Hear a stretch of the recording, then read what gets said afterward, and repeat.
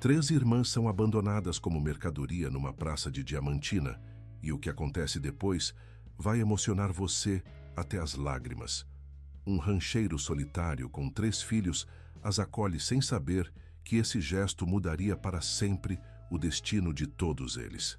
Antes de continuar a história, eu gostaria de pedir para você dar uma curtida nesse vídeo e se inscrever em nosso canal, assim você nos ajuda a sempre ter uma história emocionante por aqui e não perde as nossas histórias. Não se esqueça também de me contar nos comentários de onde está assistindo. É uma alegria saber que minhas histórias chegam em tantos lugares diferentes.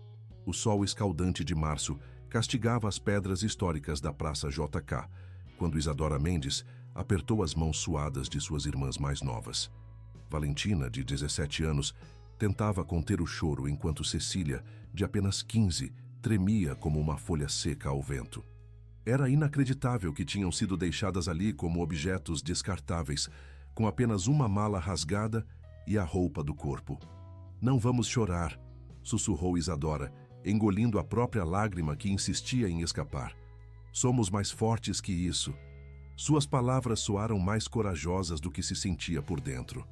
A desconfiança em relação aos homens, plantada por anos de decepções familiares, fazia seu coração bater acelerado sempre que algum desconhecido se aproximava.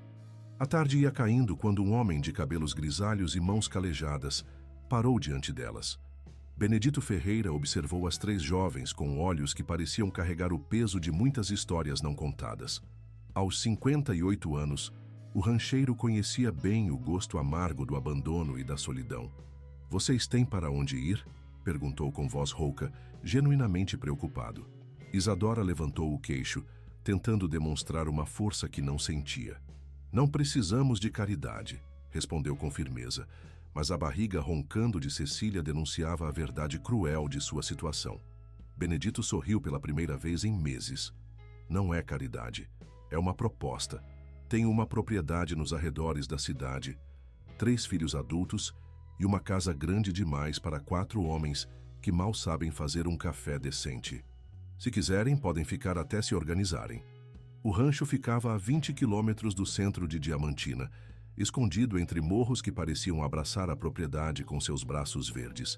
A casa, construída em pedra e madeira, respirava a tradição mineira em cada detalhe. Mateus, o filho mais velho de 30 anos, era um homem alto e tímido que cuidava do gado com a mesma delicadeza com que folheava os livros antigos em seu quarto. Gabriel, de 28 anos, possuía mãos hábeis para a carpintaria e um coração que se escondia atrás de piadas e sorrisos fáceis.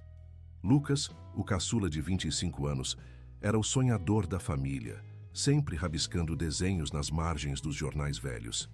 A primeira noite foi estranha para todos. As irmãs dividiram o quarto de hóspedes, sussurrando incertezas até tarde. "Não podemos baixar a guarda", alertou Isadora, observando pela janela a vastidão escura dos campos. "Homens sempre querem algo em troca." Na cozinha, Benedito preparava café para os filhos que o bombardeavam com perguntas. "Por que trouxe 3 desconhecidas para casa, pai?" questionou Mateus, sempre o mais cauteloso. "Porque às vezes a vida nos dá uma segunda chance de fazer o que é certo", respondeu o patriarca, mexendo o açúcar com movimentos lentos e pensativos. Os primeiros dias foram uma dança cuidadosa de aproximação e recuo. Isadora assumiu naturalmente o comando da casa, organizando rotinas e dividindo tarefas com eficiência militar. Valentina descobriu afinidade com Gabriel na pequena oficina onde ele criava móveis, enquanto Cecília se encantou com os desenhos de Lucas, que retratavam paisagens dos arredores com traços delicados e precisos.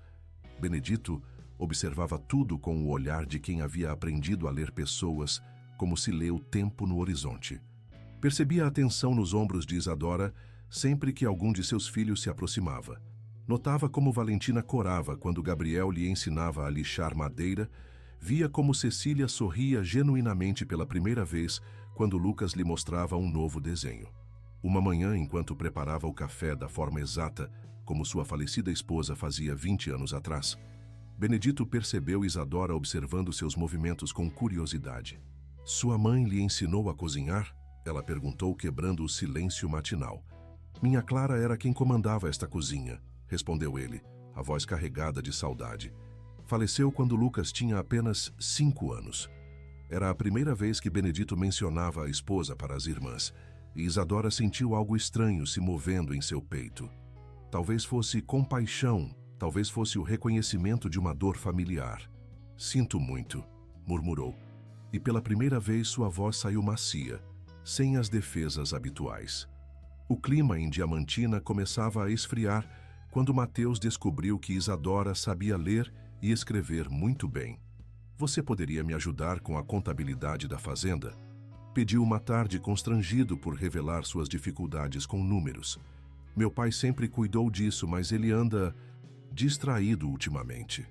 Isadora aceitou, e foi assim que descobriu o primeiro segredo dos Ferreira. As dívidas acumuladas ameaçavam a propriedade que a família possuía há 3 gerações. As contas espalhadas pela mesa da sala revelavam uma situação mais grave do que imaginava. Benedito havia contraído empréstimos pesados para manter a fazenda funcionando após uma seca que devastou a região 2 anos antes. Vocês sabem disso? Perguntou a Mateus, apontando para os papéis que mostravam a dura realidade financeira. Ele balançou a cabeça, o rosto pálido.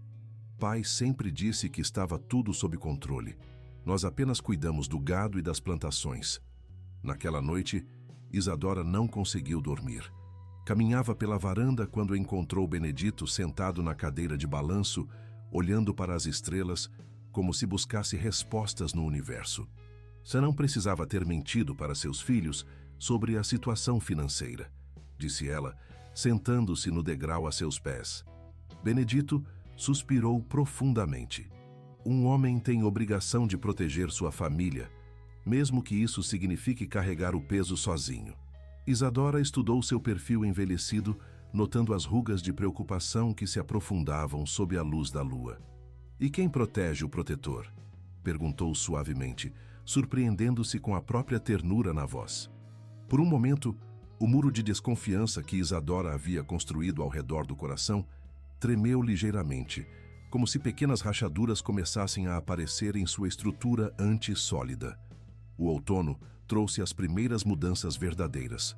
Valentina e Gabriel trabalhavam lado a lado na oficina, suas conversas evoluindo de instruções técnicas para confissões pessoais.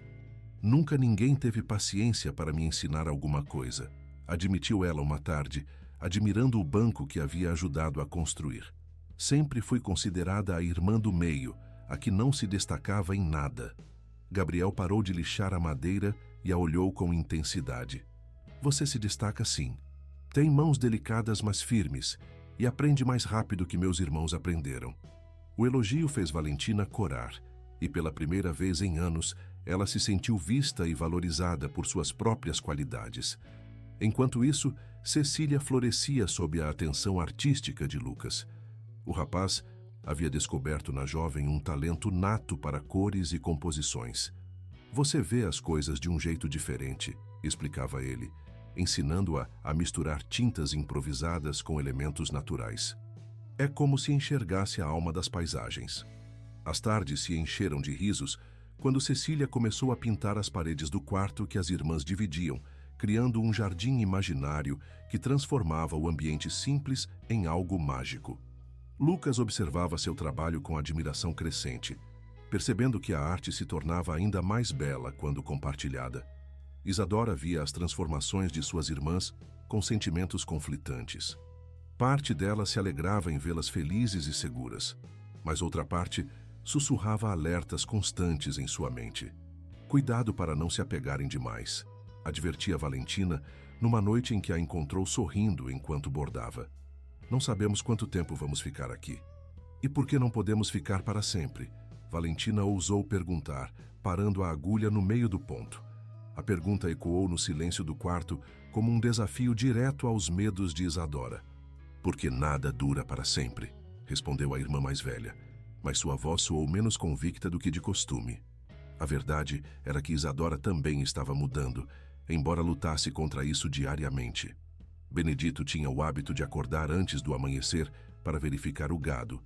e ela havia começado a preparar café para estar pronto quando ele voltasse. Eram momentos silenciosos, mas reconfortantes, onde trocavam poucas palavras, mas muitos olhares compreensivos. Uma manhã, Benedito voltou do pasto com um ferimento na mão, resultado de uma cerca de arame farpado mal cuidada. Isadora, sem pensar duas vezes, correu buscar o kit de primeiros socorros e cuidou do machucado com gentileza profissional. "Onde aprendeu a fazer curativos?" perguntou ele, observando suas mãos hábeis limparem e enfaixarem o ferimento. "Quando se tem irmãs mais novas e nenhum adulto responsável por perto, a gente aprende de tudo um pouco", respondeu ela, concentrada no trabalho. Benedito notou a amargura disfarçada em sua voz e decidiu não insistir no assunto, mas guardou aquela informação como mais uma peça do quebra-cabeças que eram as origens das 3 irmãs. O inverno chegou cedo naquele ano, trazendo frios incomuns para a região. A casa, que antes parecia grande demais, agora se sentia aconchegante com 8 pessoas dividindo refeições, conversas e responsabilidades. As noites se alongavam ao redor da lareira, onde Lucas desenhava à luz das chamas, enquanto Cecília observava e aprendia. Gabriel talhava pequenas esculturas em madeira com Valentina a seu lado, e Mateus lia em voz alta trechos de livros antigos para todos. Isadora e Benedito geralmente ficavam na cozinha após o jantar, ela lavando louças enquanto ele secava, numa rotina doméstica que se havia estabelecido naturalmente. Eram nesses momentos que as barreiras se afrouxavam ligeiramente, permitindo vislumbres da pessoa por trás das defesas. "Você nunca me contou de onde vieram", comentou Benedito numa dessas noites, quebrando o silêncio confortável. Isadora enrijeceu instantaneamente, suas mãos parando de esfregar o prato. "O passado é passado", respondeu secamente, erguendo novamente suas muralhas emocionais. "Às vezes, o passado nos ensina sobre o futuro", insistiu ele gentilmente. "E às vezes é melhor deixar certas lições enterradas", retrucou ela, terminando a louça com movimentos bruscos e saindo da cozinha sem olhar para trás. Benedito ficou sozinho, compreendendo que havia tocado numa ferida ainda muito sensível. Mas também percebeu algo importante. Pela primeira vez desde que chegaram, Isadora havia mostrado raiva genuína, em vez de apenas frieza calculista. Era um progresso estranho, mas ainda assim um progresso. Os dias que se seguiram foram marcados por uma tensão sutil entre Isadora e Benedito. Ela evitava os momentos a sós com ele, chegando à cozinha apenas depois que Mateus já estava lá para ajudar, ou saindo antes que ele terminasse suas tarefas. Benedito respeitava o espaço que ela havia criado, mas sentia falta das conversas silenciosas e dos olhares de entendimento. Foi Cecília quem, sem saber, quebrou o gelo. Durante um jantar particularmente silencioso, ela comentou inocentemente: "Isadora, você anda triste. É por nossa causa?" A pergunta direta fez todos na mesa pararem de comer e olharem para a irmã mais velha. "Não é por vocês", Isadora respondeu suavemente, tocando o rosto de Cecília com carinho. "Às vezes só preciso de tempo para organizar meus pensamentos." Benedito captou o olhar que ela lhe lançou rapidamente antes de voltar a atenção para o prato, e naquele momento soube que o distanciamento dela estava diretamente relacionado à conversa sobre o passado. Naquela noite ele bateu levemente na porta do quarto das irmãs. Isadora atendeu, claramente surpresa. "Posso falar com você um momento?" pediu ele respeitosamente. Ela hesitou, mas acabou saindo para a varanda, fechando a porta para não acordar Valentina e Cecília. "Eu ultrapassei limites na outra noite", começou Benedito, mantendo uma distância respeitosa. "Não era minha intenção fazer você se sentir pressionada a dividir algo que prefere guardar."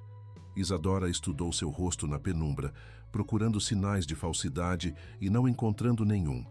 "Não é que eu não confie. É que..." Ela começou e parou, lutando com palavras que pareciam pesadas demais para sair.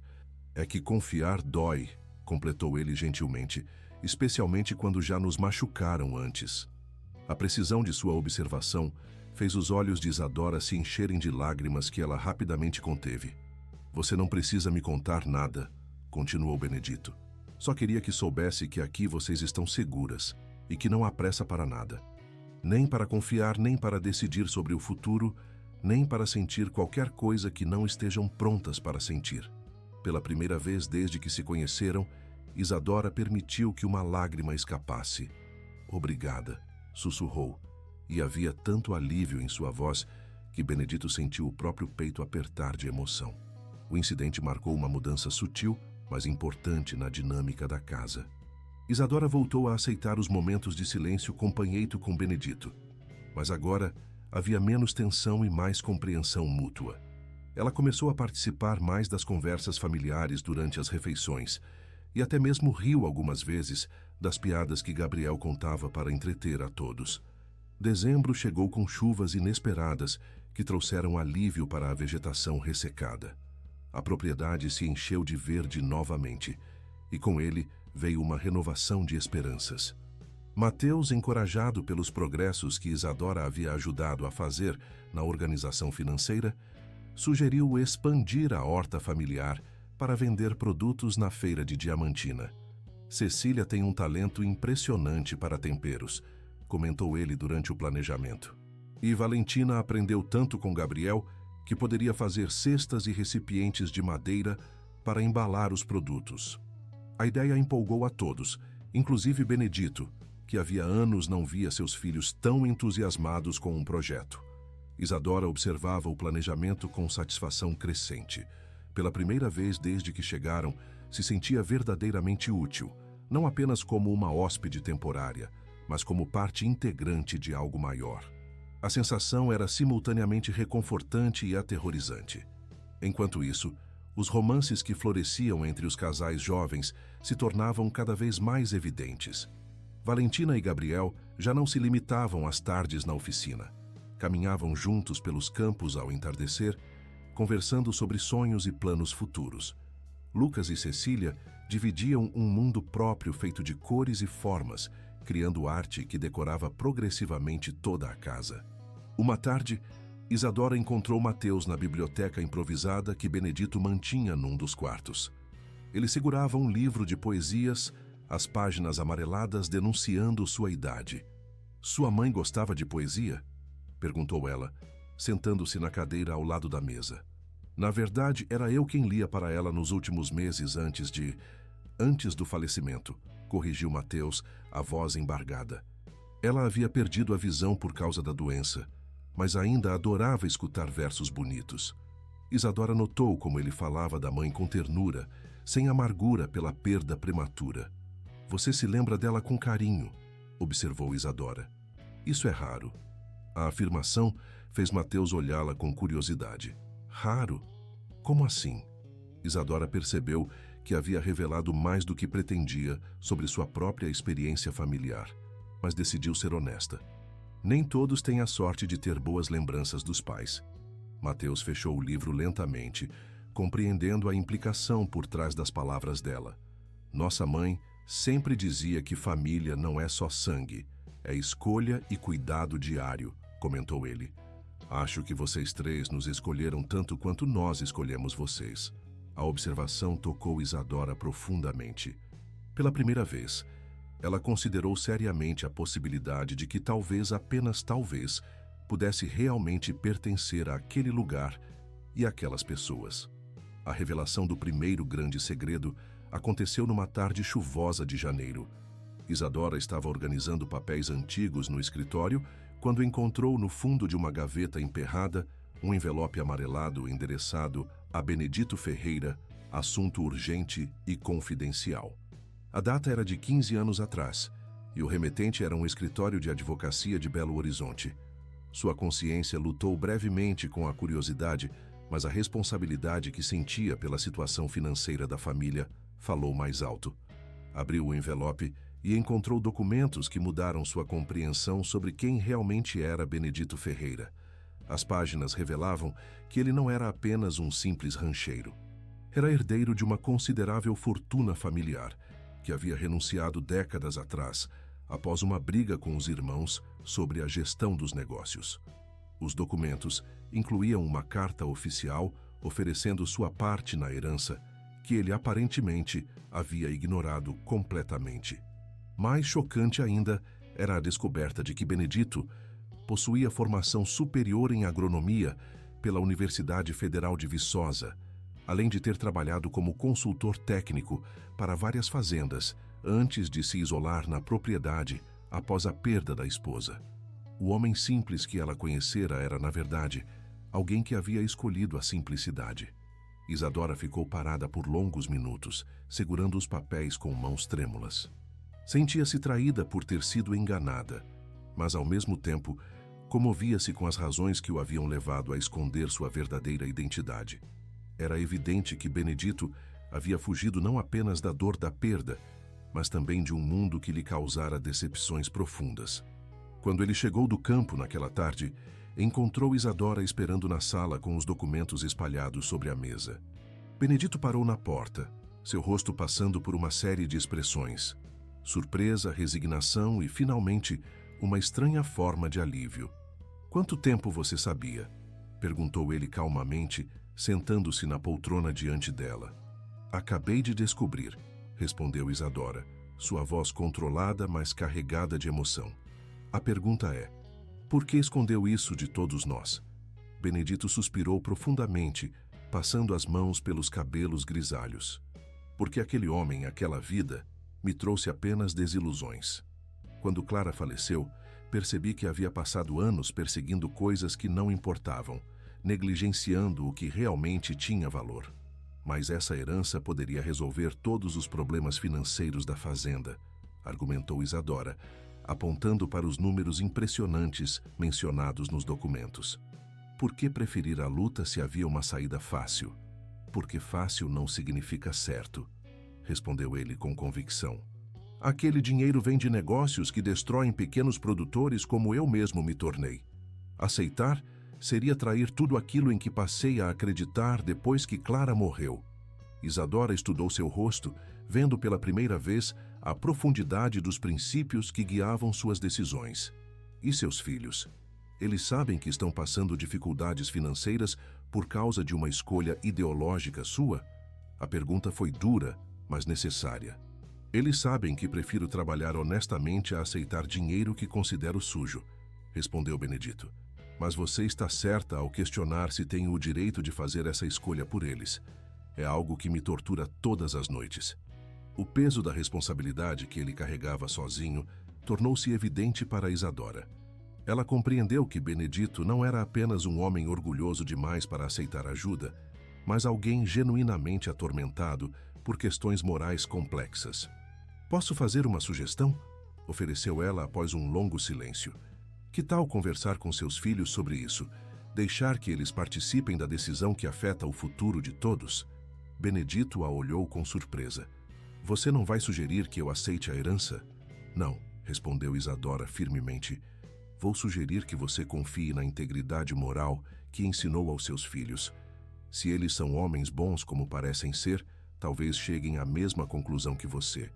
Mas eles merecem ter a chance de escolher conscientemente." A sabedoria da sugestão foi imediatamente aparente para Benedito. Naquela noite, ele reuniu os 3 filhos na sala e, pela primeira vez em décadas, falou abertamente sobre seu passado, suas escolhas e os dilemas que enfrentava. A reação dos rapazes surpreendeu até mesmo Isadora, que observava discretamente da cozinha. Mateus, Gabriel e Lucas ouviram tudo em silêncio respeitoso. E quando Benedito terminou sua confissão, foi Mateus quem falou primeiro. "Pai, o Senhor nos criou para termos caráter", disse ele com voz firme. "Como pode achar que escolheríamos dinheiro fácil em vez dos valores que o Senhor nos ensinou?" Gabriel e Lucas concordaram imediatamente, e pela primeira vez em anos, Benedito se sentiu verdadeiramente orgulhoso dos homens que seus filhos haviam se tornado. "Mas isso significa que vamos continuar enfrentando dificuldades financeiras", alertou Benedito, querendo ter certeza de que eles compreendiam as implicações práticas de sua decisão. "Significa que vamos ter que trabalhar duro para salvar a fazenda." "Então vamos trabalhar duro", declarou Lucas com determinação. "Preferimos uma vida difícil, mas honesta, a uma vida fácil que nos envergonhe." A declaração foi recebida com aprovação unânime dos irmãos, e Isadora sentiu uma onda de emoção ao perceber que havia ajudado a fortalecer ainda mais os laços familiares. Naquela noite, após os filhos terem ido dormir, Benedito encontrou Isadora na varanda. "Obrigado", disse ele simplesmente, "por me ajudar a fazer a coisa certa." Isadora sorriu, sentindo uma paz interior que não experimentava há anos. "Obrigado por me mostrar que ainda existem homens de palavra no mundo." Era a primeira vez que ela admitia abertamente sua mudança de perspectiva sobre o caráter masculino, e ambos compreenderam a importância daquele momento. As defesas de Isadora estavam finalmente começando a ceder, diante da evidência consistente da integridade de Benedito. O segundo grande segredo surgiu algumas semanas depois, quando Valentina desmaiou durante o trabalho na oficina. Gabriel a carregou para dentro de casa, desesperado, enquanto gritava por ajuda. Isadora, com sua experiência em primeiros socorros, rapidamente avaliou a situação e percebeu que não se tratava de um simples desmaio. "Precisamos levá-la ao médico imediatamente", declarou, notando sinais que suas irmãs não haviam percebido. No caminho para a cidade, Valentina recuperou a consciência, mas ainda se sentia fraca e nauseada. No consultório, o médico confirmou o que Isadora já suspeitava. Valentina estava grávida. A notícia trouxe uma mistura de alegria e preocupação para toda a família. Gabriel ficou radiante, mas também assustado com a responsabilidade que se aproximava. Valentina, por sua vez, alternava entre momentos de felicidade e crises de ansiedade sobre o futuro. "Nós vamos nos casar", declarou Gabriel naquela mesma noite, segurando as mãos de Valentina com ternura.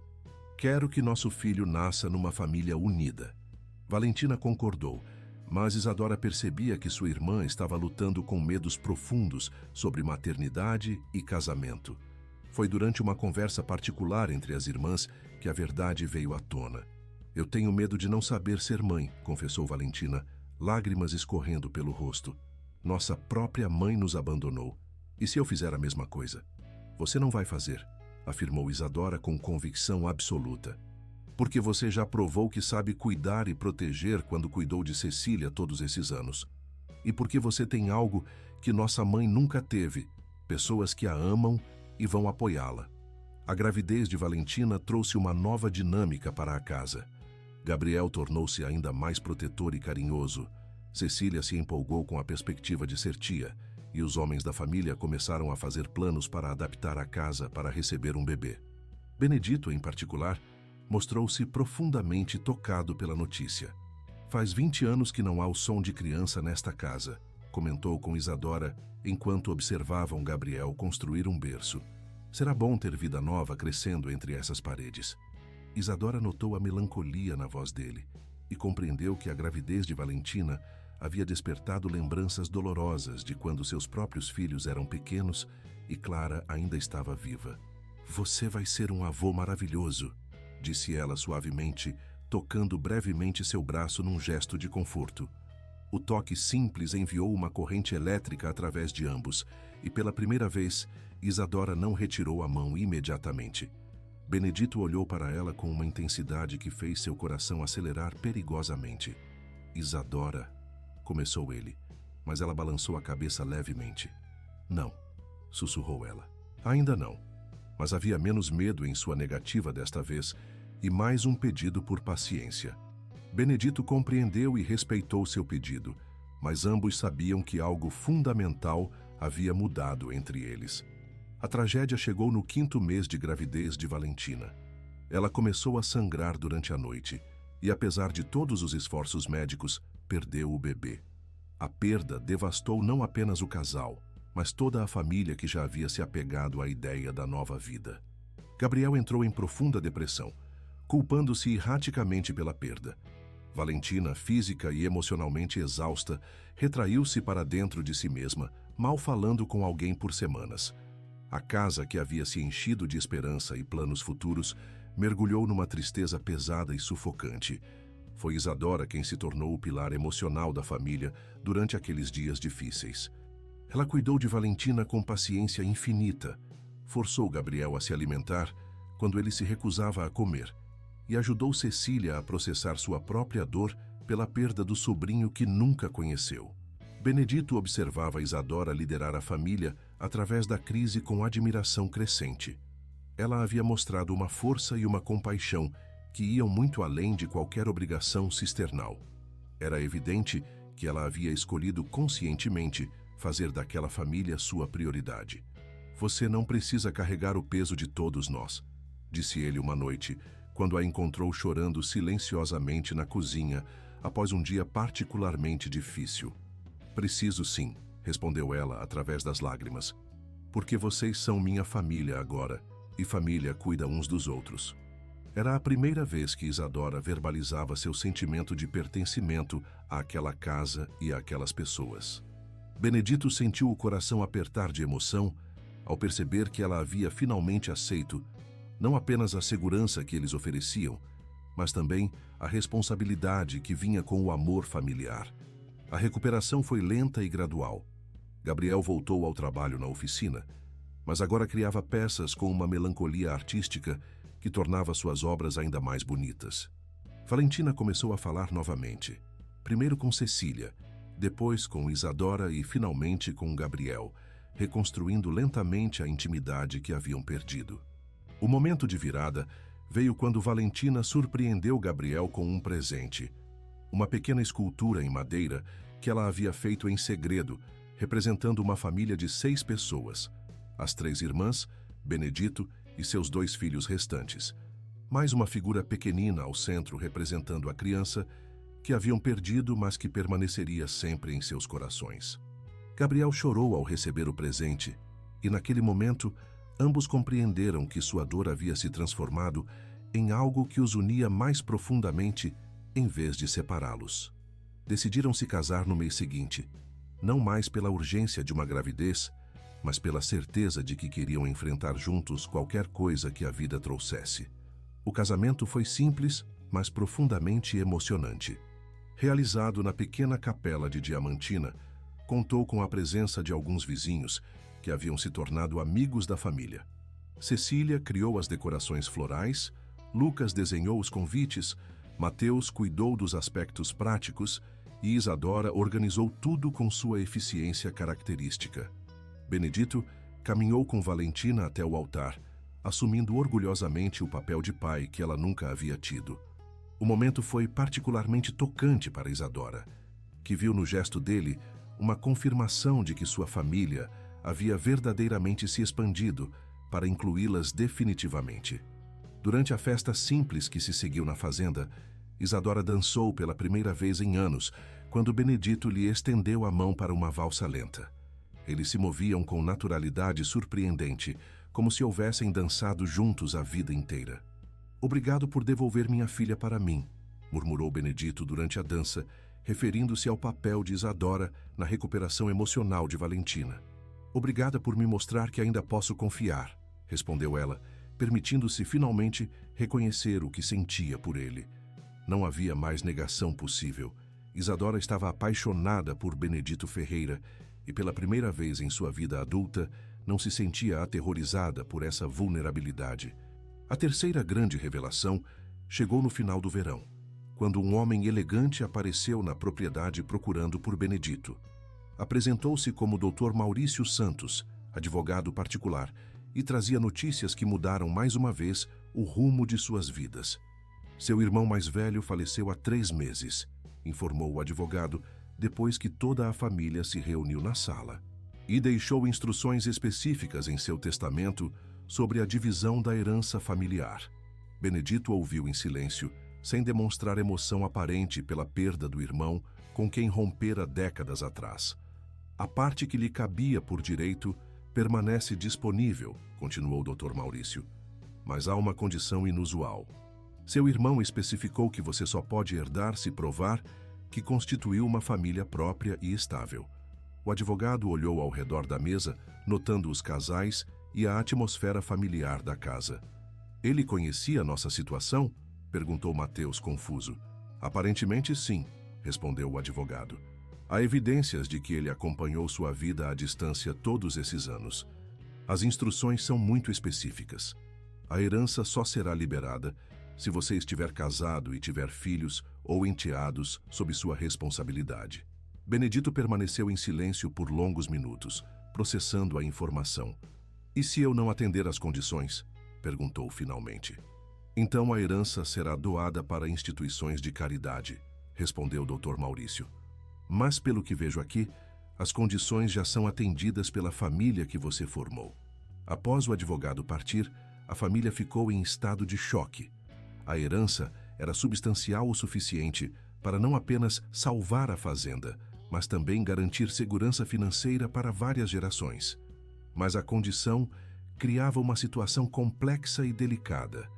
Isso significa que papai teria que se casar com alguém para receber a herança, observou Lucas, olhando significativamente para Isadora. E adotar legalmente as 3 irmãs como filhas, acrescentou Gabriel, compreendendo as implicações. Isadora sentiu o sangue gelar nas veias. A possibilidade de casamento com Benedito havia começado a germinar em seu coração, mas não desta forma. Não como uma transação financeira ou uma conveniência legal. Eu preciso de ar, murmurou saindo rapidamente da casa. Benedito a encontrou sentada na beira do riacho que cortava a propriedade, atirando pedrinhas na água com movimentos irritados. Você está pensando que eu planejei isso, disse ele, sentando-se a uma distância respeitosa. Pensei, admitiu ela honestamente. Mas depois lembrei de quem você é, e sei que jamais faria uma coisa dessas. Benedito suspirou com alívio ao perceber que ela confiava nele, mas ainda sentia a tensão em seus ombros rígidos. A herança não muda nada entre nós, declarou ele firmemente. Se eu me casar com você algum dia, será porque te amo, não porque preciso de dinheiro. A declaração de amor, mesmo condicionada ao futuro, fez o coração de Isadora pular uma batida. E se eu disser que também te amo? Perguntou ela suavemente, virando-se para encará-lo pela primeira vez. Mas que tenho medo de que as pessoas pensem que me casei por interesse. Benedito estendeu a mão e tocou seu rosto com ternura infinita. Então casamos sem a herança, disse ele simplesmente. Trabalhamos duro, economizamos cada centavo e salvamos a fazenda com nossas próprias mãos. E se não conseguirmos, vendemos tudo e começamos de novo em outro lugar, juntos.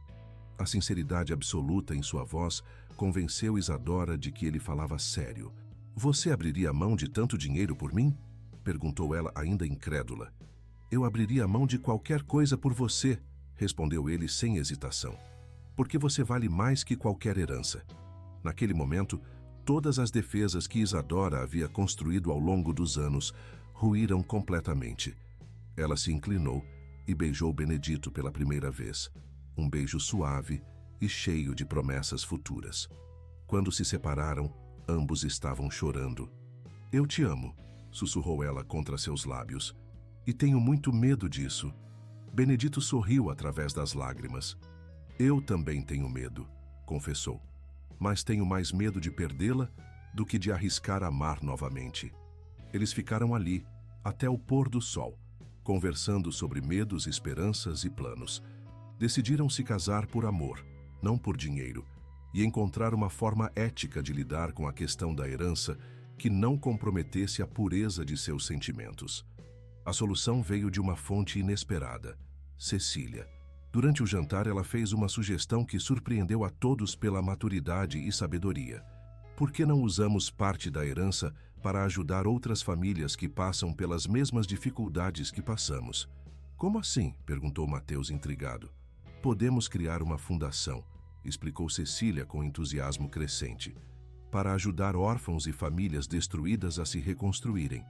Assim o dinheiro seria usado para o bem, e ninguém poderia dizer que nos casamos por interesse. A ideia foi recebida com a aprovação imediata de todos. Benedito e Isadora se olharam com admiração pela sabedoria da jovem e compreenderam que tinham encontrado a resposta perfeita para seu dilema moral. Dr. Maurício retornou uma semana depois para formalizar os procedimentos. O casamento foi marcado para o mês seguinte e os papéis de adoção das 3 irmãs foram iniciados. Mas mais importante que os aspectos legais era a certeza de que todas aquelas decisões nasciam do amor genuíno, não da conveniência financeira. O segundo casamento da família foi ainda mais emocionante que o primeiro.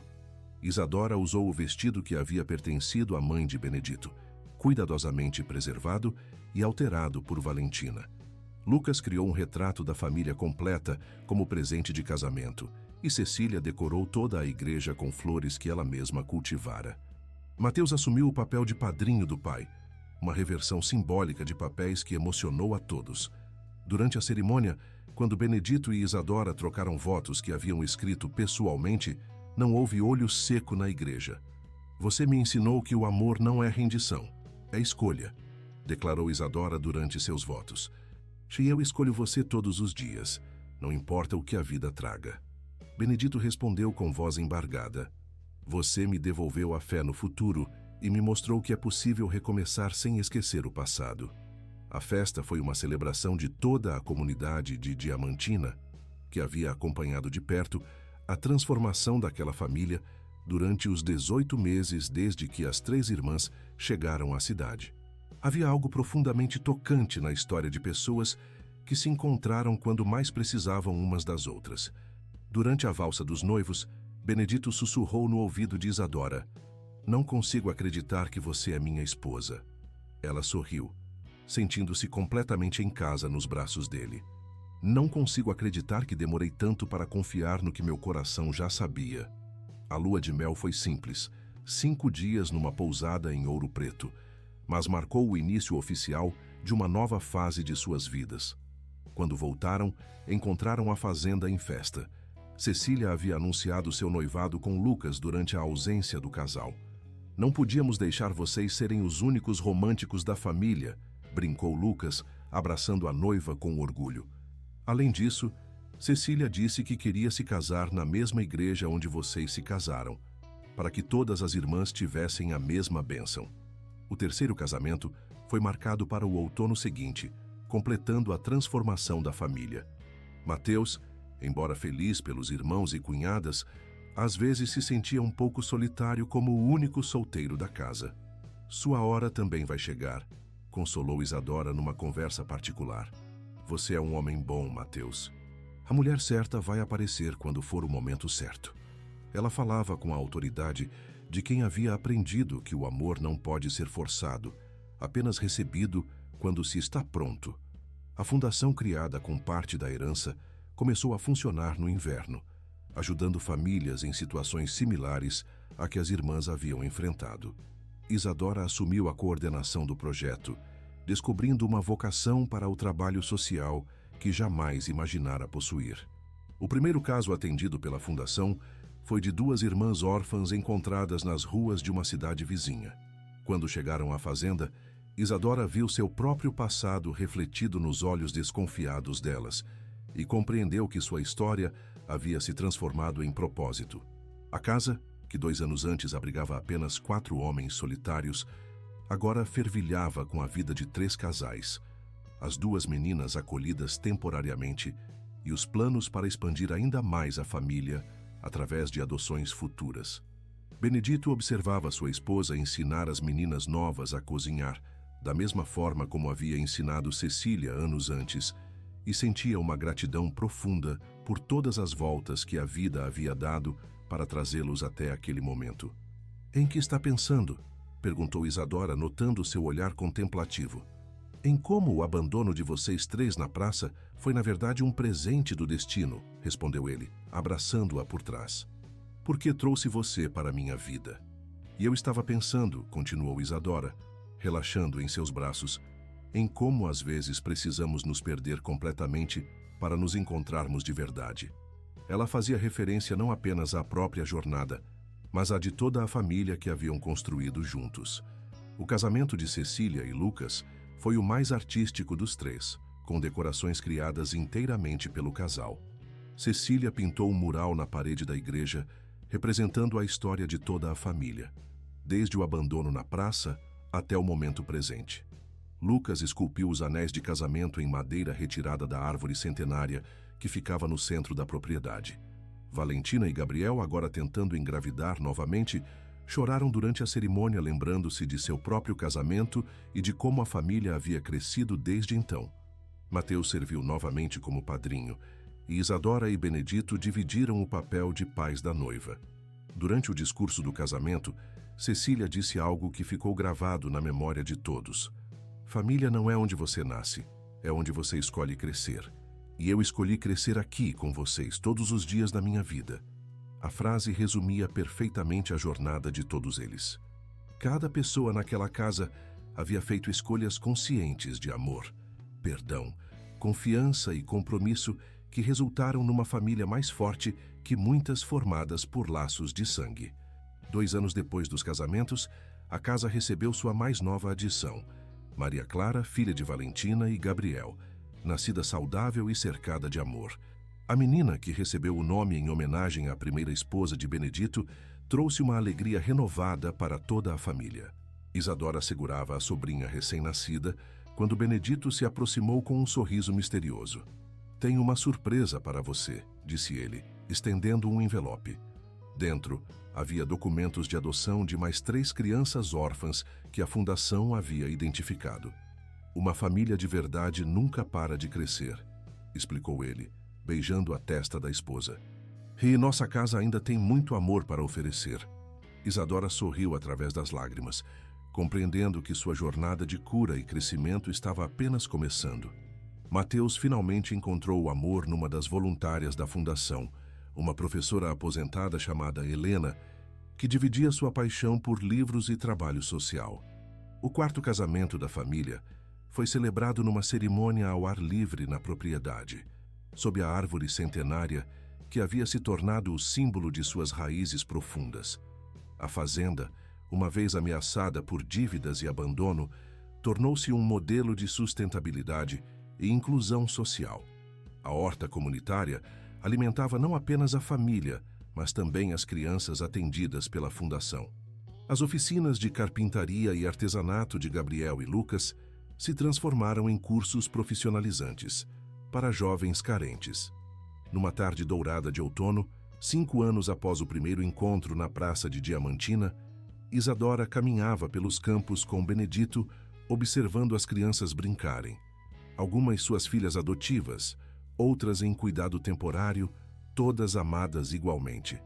"Você se arrepende de alguma coisa?", perguntou Benedito, entrelaçando os dedos nos dela. Isadora pensou por um momento antes de responder. "Me arrependo de ter demorado tanto para confiar no amor", disse finalmente. "Mas não me arrependo de nada do que nos trouxe até aqui." A propriedade que uma vez abrigara 4 homens solitários agora era lar para uma família estendida de 15 pessoas, cada uma com sua própria história de superação e recomeço. A mesa da cozinha, antes silenciosa, agora reverberava com conversas animadas, risos de crianças e o som constante do amor sendo compartilhado. Benedito olhou para a esposa, ainda admirado por sua força e capacidade de transformar dor em propósito. "Você sabe que me fez o homem mais sortudo do mundo, não sabe?", murmurou ele. "Nós nos fizemos sortudos um ao outro", corrigiu ela, "porque escolhemos acreditar que merecíamos felicidade." Enquanto o sol se punha sobre os campos de Diamantina, pintando o céu de tons dourados e rosados, a família se reuniu na varanda para o jantar comunitário que havia se tornado tradição. Era um momento simples, mas carregado de significado, prova viva de que, às vezes, os finais mais felizes nascem dos começos mais dolorosos. Isadora olhou ao redor da mesa, vendo Valentina grávida novamente, Cecília ensinando artesanato para as crianças menores, Lucas mostrando seus últimos desenhos, Gabriel construindo um brinquedo novo, Mateus lendo poesia para Helena e Benedito contando histórias que faziam todos rirem até doer a barriga. Sua jornada havia começado com abandono e desconfiança numa praça empoeirada, mas havia se transformado numa vida cheia de amor, propósito e esperança. Às vezes, refletiu ela, é preciso perder tudo para descobrir o que realmente importa. E o que realmente importa não é de onde viemos, mas para onde escolhemos ir com as pessoas que amamos. Muito obrigado por acompanhar essa história até o final. Esperamos que a jornada de Isadora, suas irmãs e a família Ferreira tenha tocado seu coração tanto quanto emocionou a nós. Se você gostou dessa história de superação e amor familiar, não se esqueça de se inscrever no canal e deixar um gostei no vídeo. Isso nos ajuda muito a continuar trazendo histórias emocionantes para vocês. Todos os dias temos novas narrativas sobre a vida, então fique à vontade para explorar e encontrar sua favorita. E claro, adoraríamos saber sua opinião.